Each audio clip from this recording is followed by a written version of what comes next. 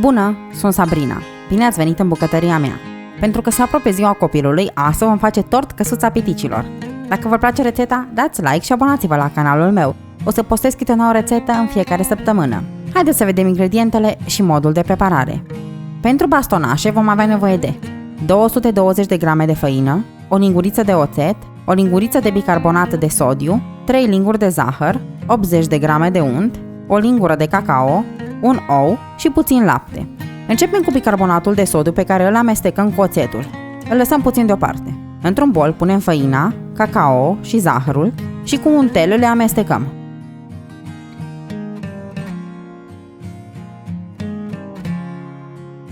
Apoi punem oul, bicarbonatul, untul și puțin lapte. Amestecăm totul până când formăm un aluat.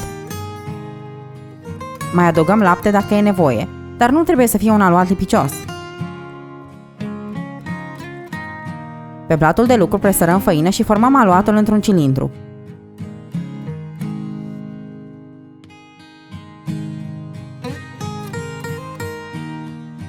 Îl împărțim în 6 și fiecare bucată de aluat o formăm într-un bastonaș.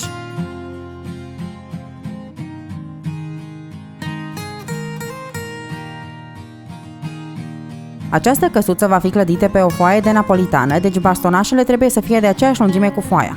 Când avem formate toate cele 6 bastonașe, le dăm la copt pentru aproximativ 15-20 de minute sau până când au crescut și dacă le apăsăm ușor cu degetele nu vor fi lipicioase. Așa arată când sunt coapte. Le lăsăm la răcit. Acum ne vom ocupa de cremă pentru care vom avea nevoie de 300 de ml de lapte, 5 linguri de zahăr, o budincă de vanilie și 300 de grame de unt cu 80% grăsime. Amestecăm praful pentru budincă cu zahărul și 4-5 linguri de lapte.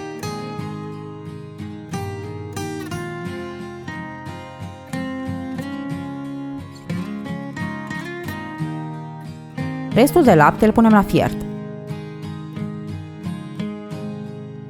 Când începe să fiarbă, punem compoziția pentru budincă în el și cu o lingură de lemn amestecăm continuu până când se îngroașă, apoi o lăsăm la răcit. Când e rece, spumăm untul cu mixerul și treptat adăugăm budinca.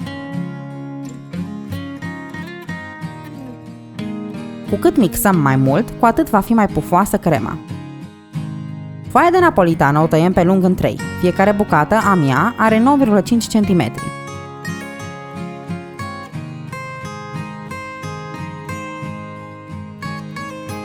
Acum topim 200 de grame de ciocolată de menaș cu 10 linguri de ulei. Eu am topit-o în cuptorul cu microunde, dar puteți face asta și pe baie de aburi. Întindem ciocolata topită pe 2 dintre cele 3 foi de napolitană și le lăsăm deoparte până când se va întări. Între timp, putem începe să clădim căsuța. Peste foaia de napolitană care a rămas fără ciocolată, punem cremă și o întindem bine. Punem 3 bastonașe, cremă, 2 bastonașe, cremă și în final ultimul bastonaș pe mijloc.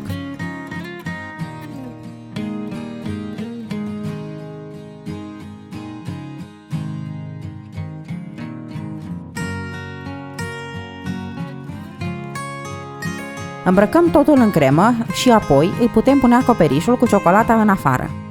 Pentru ornat am păstrat puțină cremă pe care am pus-o într-un poș și am făcut țigla pe casă.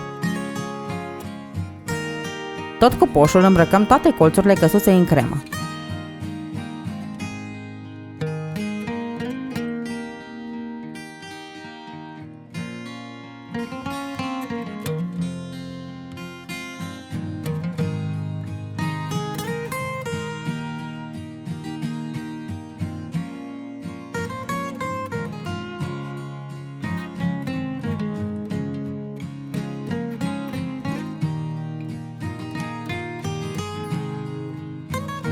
Cu acest tort îți vei încânta copilul de ziua lui. Este foarte cremos și aspectuos, dar în special este desertul perfect pentru copilul tău.